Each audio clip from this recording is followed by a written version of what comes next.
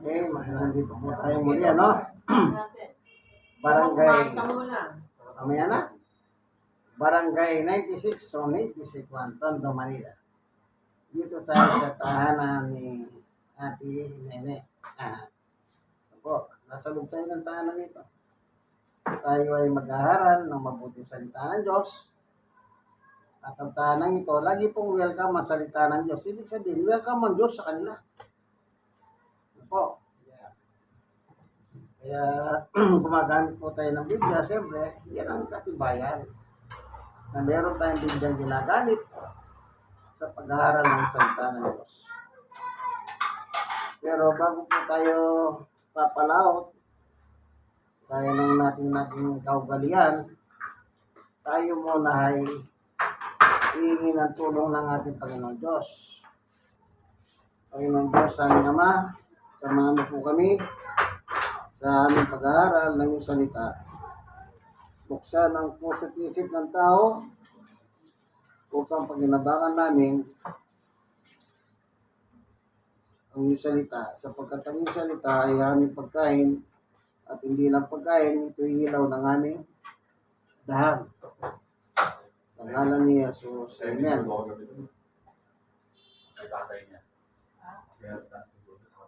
Dito sa kasulatan, meron tayong titignan.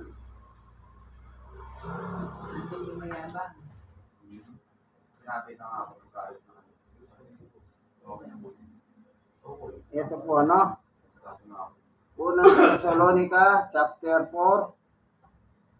Ang sabi rito ni Pablo ay ito. Dalang kutsara. Dalang kutsara. Hindi upang masunod lamang ang pagnanasa ng laman tulad ng inaasal ng mga hentil na hindi nakakakilala sa Diyos yan. Ang mga hentil po, ito po ay ang mga sa labas ng bansang Israel ay mga hentil. Kaya dito, Pilipinas, dito sa Manila, tayo po ay lahi ng hentil. Ano? Ano daw po yung hentil? Hindi nakakakilala sa Diyos. Kita niyo po, ano? Hindi nakakakilala sa Diyos. Totoo naman talaga yan. Noong una, hindi po natin kilala talaga ang Diyos. Kanya lang natin nakilala ang Diyos nung may mangaral. Halimbawa, si Apostol Pablo.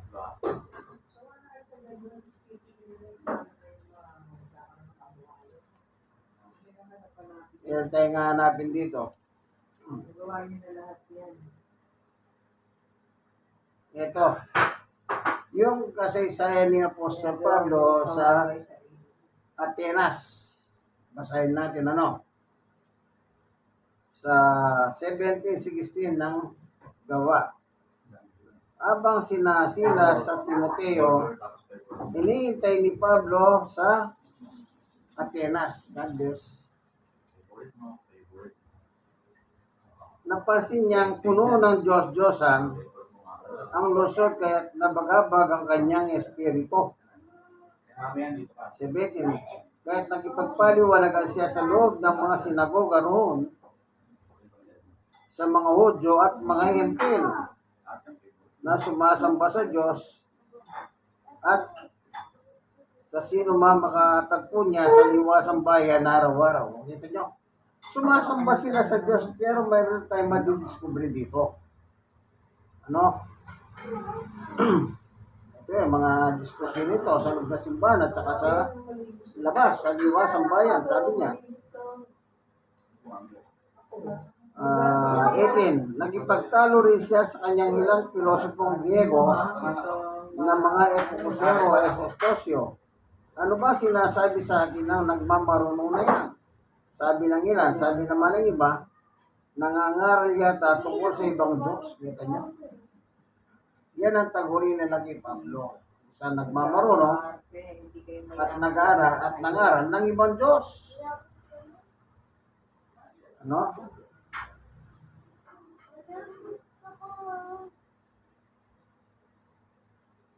sinabi pa nila, yun ang dahil nangaral si Pablo tungkol kay Jesus na muling pagkabuhay. Siya'y sinama nila at inirap sa kapulungan ng Areopago at tinanong, "Mari bang malaman namin kung ano ang bagong aral na tinuturo mo?" Kasi noon lang nila narinig yung pangangaral ni Pablo about Jesus Christ. Kaya sabi nila, mga religyoso ito.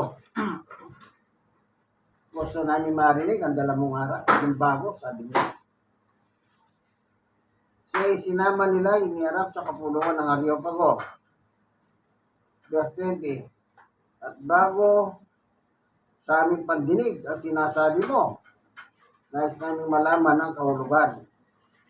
21, "Sapagkat walang ginagawa ang mga taga-Atenas at mga dayuhang maninirahan doon, kundi ang mag-usap-usap at makinig tungkol sa mga bagong turo." Very religious po talaga sila. Interesado po sila sa iba't ibang aral na mga dumadayo sa panahon na yun sa kanila. At isa po si Pablo ang nakadayo doon. 22, "Tumayo si Pablo sa harap ng kapulungan ng Areopago at nagsalita, 'Mga taga-Atenas, napasigo kay lubos na napaka-reliyoso." Hindi lang basta reliyoso, napaka reliyoso sa maraming bagay. 23, "Sapagkat sa paglalakad ko sa lungsod at pagmamasid sa inyong mga sinasamba, nakakita ko ng isang dambana na may nakasulat, 'Sa Diyos na hindi kilala.' Ang Diyos na inyong sinasamba kahit hindi ninyo kilala o nakikilala, ang siya kong ipapahayag." Sabi ni Apostol Pablo sa kanila.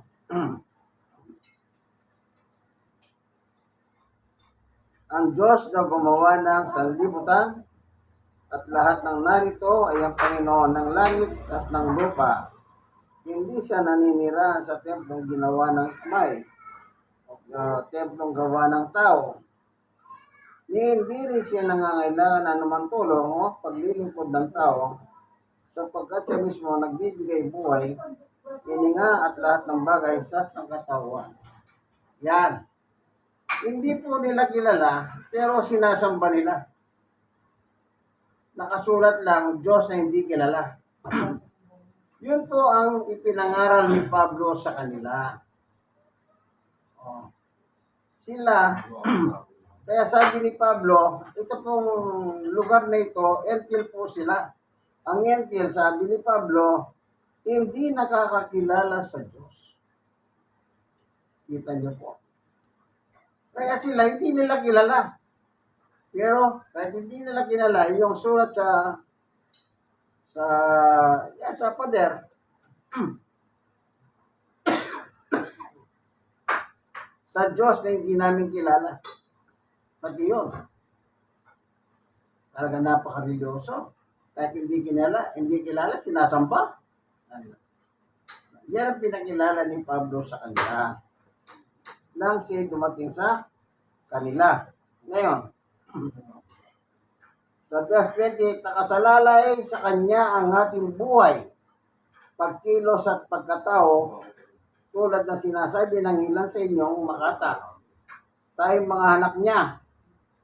29, "Sapagkat tayo mga anak ng Diyos, huwag nating akalain na kanyang pagka-Diyos ay may lalarawan sa ginto, pilak o bato na pawalika ng isip at gawa ng kamay ng tao." Yun. Kasi po nakita ni Pablo, marami pong mga rebulto doon. Yung sinasabi ni Pablo. Kasi very religious sila. Kaya pinaliwanag niya, ang Diyos na gumawa ng langit at lupa, hindi nyo sa, sabi niya? Hindi siya, may lararawan. Yan. Kasi po, yung karamihan nung araw, yung mga Diyos-Diyosan nila, gawa po sa ginto, pila ko bato. Kaya sinabi ni Pablo, hindi ganyan ang Diyos.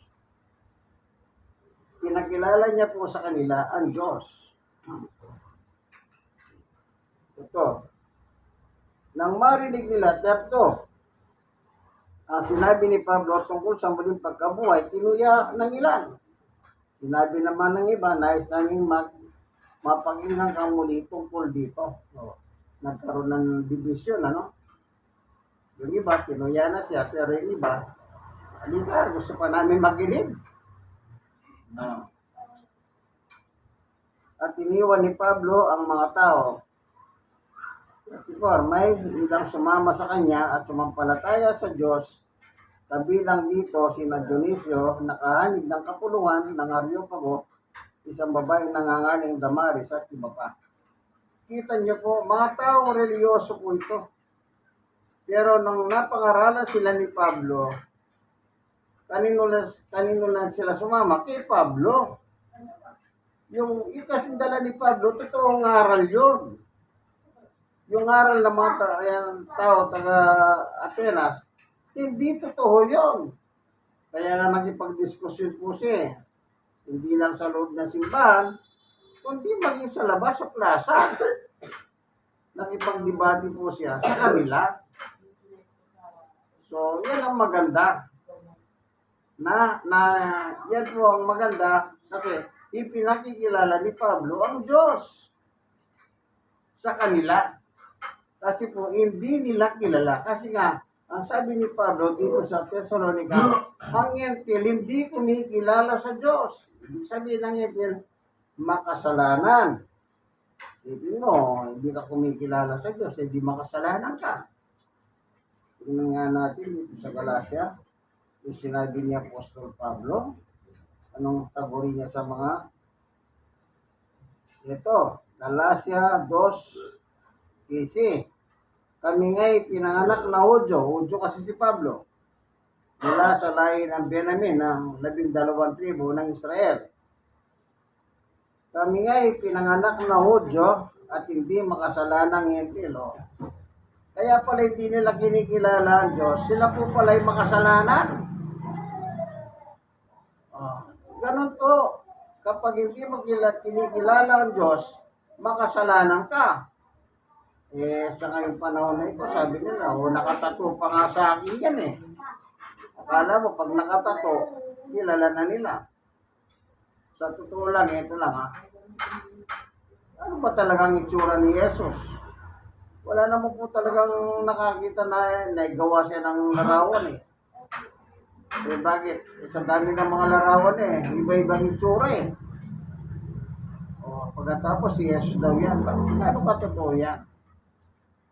Kaya nung nangyari po sa orthopedic, nakarating ako ng Philippine Orthopedic sa May Quezon City. Pero po akong nakausap doon. Alam niyo po, nabali yung dalawang paa niya eh. Nagkausap kami na pinaliwanag po namin sa kanya yung salita ng Diyos. Sukat akalain yung buong likod niya. Nakatato ang mukha ni Jesus. Sabi ko, sigurado ka ba dyan? Si Jesus nga yan. Pinatato pa niya. Alam niyo po, wala pong specific na anumang litrato na si Jesus ito ang tunay na mukha niya. Wala. Kaya hindi po nakakapagtaka kung bakit iba-ibang itsura ni Jesus sa mga litrato.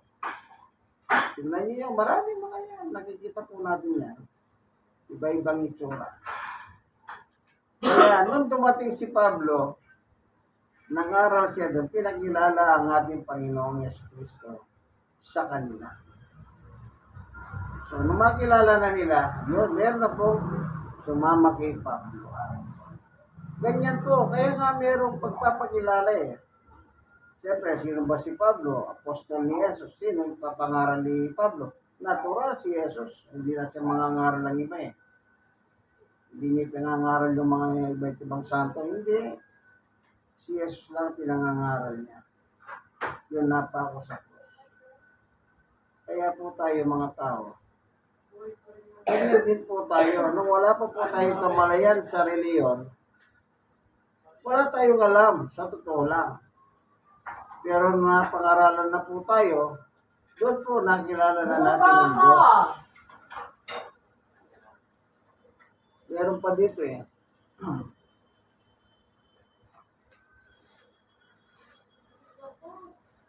Dito naman po sa Galacia 4:8. Nung hindi pa ninyo kilala ang Diyos. O, kita nyo? Etil na etil talaga, hindi nila kilala ang Diyos. Kayo'y naging alipin ng mga bagay na hindi totoong mga Diyos. Ito po yung mga imahen. Kasi ang ugali ng tao noon, gusto nila, may nakikita silang imahen, akala nila, yun ang Diyos. Kaya yung pinaliliwanag ni Pablo about mga hentil. Nung hindi pa ninyo nakikilala ang Diyos, kayo alipin ng mga bagay na itong mga hindi Diyos. 9. Ngunit ngayon, nakikilala na ninyo ang Diyos. O mas tamang sabihin, ngayon nakikilala na kayo ng Diyos, bakit kayo bumabalik sa mga litontoning walang bisa at walang alaga? Bakit gusto na naman ninyong paalipin sa mga Yahud? Ngayon kilala na kayo. Bakit? Napakaralan sila ni Pablo eh. Nung marinig si Pablo, doon po nakilala nila ang Diyos. Pero before na dumating si Pablo sa kanilang mga buhay, sila po hindi nila kilala ang Diyos. Alipin sila ng mga Diyos-Diyosan. Naalala niyo ba yung kwento ni Moises? Nang si Moises po pumunta sa bundok, ang sabi niya sa mga tao, Israelita, o dyan muna kayo, huwag kayo susunod sa akin ha. Akit ako sa bundok, kakausapin ko ang Diyos, sabi niya. Medyo nagtagal si Moises sa bundok, nainip ang mga tao. Kaya ginawa, tinawag po si Aaron, ang kapatid ni Moses sa laman. Sabi nila, Aaron, gawa mo nga kami ng Diyos na mangunguna sa amin. Sabi naman ni Aaron, o sige, ubarin ninyo ang inyong mga pilak, ubarin ninyo ang inyong mga ginto. Kaya tinimbang po nila yung kailangan at ginawa po nilang rebulto ng buya. O, pagkatapos sasabi nila, ito ang Diyos na naglabas sa amin sa Ehipto. Ganyan ang tao. Pag hindi ko pakilala ang Diyos, talagang doon sa mga himayin, doon ang attention mo.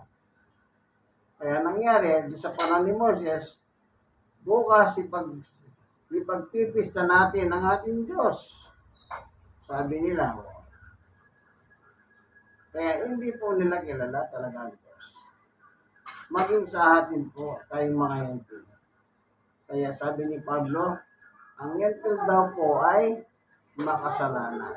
Hindi nakakakilala sa Diyos. Pero nung magkaroon ng Biblia, praise the Lord, naalaman na po natin ang katotohanan tungkol sa Diyos na gumawa ng langit at lupa. Ito, siya ang creator ng langit at lupa. Siya po yung sinabihan ni Duterte na, who is stupid God? Na ginawa niya yung universe. Sabi niya, pagkatapos, pinabayaan niya nagkaganyan-ganyan ng tao. Kaya tinawag niya, who is stupid God kanya. Ano po? Kaya, ayun, ang sabi na nga nila, minura ang Diyos. Yun ang ano ng mga tao. Talagang ganun po, no? Tinawag na stupido ang Diyos na may gawa ng langit at lupa. Ayun, yung kanilang mga supporter naman, kung ano sinasabi nila? Gumagawa pa sila ng mga kanilang katwira. Iwalag na, nangangatwira pa. Tandaan niyo po, ang Biblia po espesipiko. Kung ano po yung nakasulat, yun po ay tama. Gaya na sinabi niya po Sir Pablo, ipagkikilala ko sa inyo itong Diyos na hindi niyo nakikilala na inyong sinasamba. So, pinakilala po ang ating Panginoon sa kanila at meron naman po naniwala. Amen. So, ganito na lamang po, kaibigan, ang ating video. Sana meron kayong natutunan, may naiwan po sa inyo. Tandaan niyo po, pare-pareho po tayo, wala tayong pagkakilala sa Diyos. Nagkaroon lang po tayong pagkakilala sa Diyos nang marinig na po natin ang tamang aral. Amen. Salamat, Panginoon Diyos, sa iyong pagtuturo sa amin sa apo nito. Salamat po sa ngalan ni Jesus. Amen. Dito po tayo sa Barangay 96, Sony District 1, Tondo, Manila. God bless us all. Ito po, wala tayong kasama. Baka sabihin mo po, wala tayong kasama. Meron. Kung ako lang nakikita niyo sa video, pero meron po tayong kasama sa lumang tahanan ni Ate Nene. Ito, God bless us all.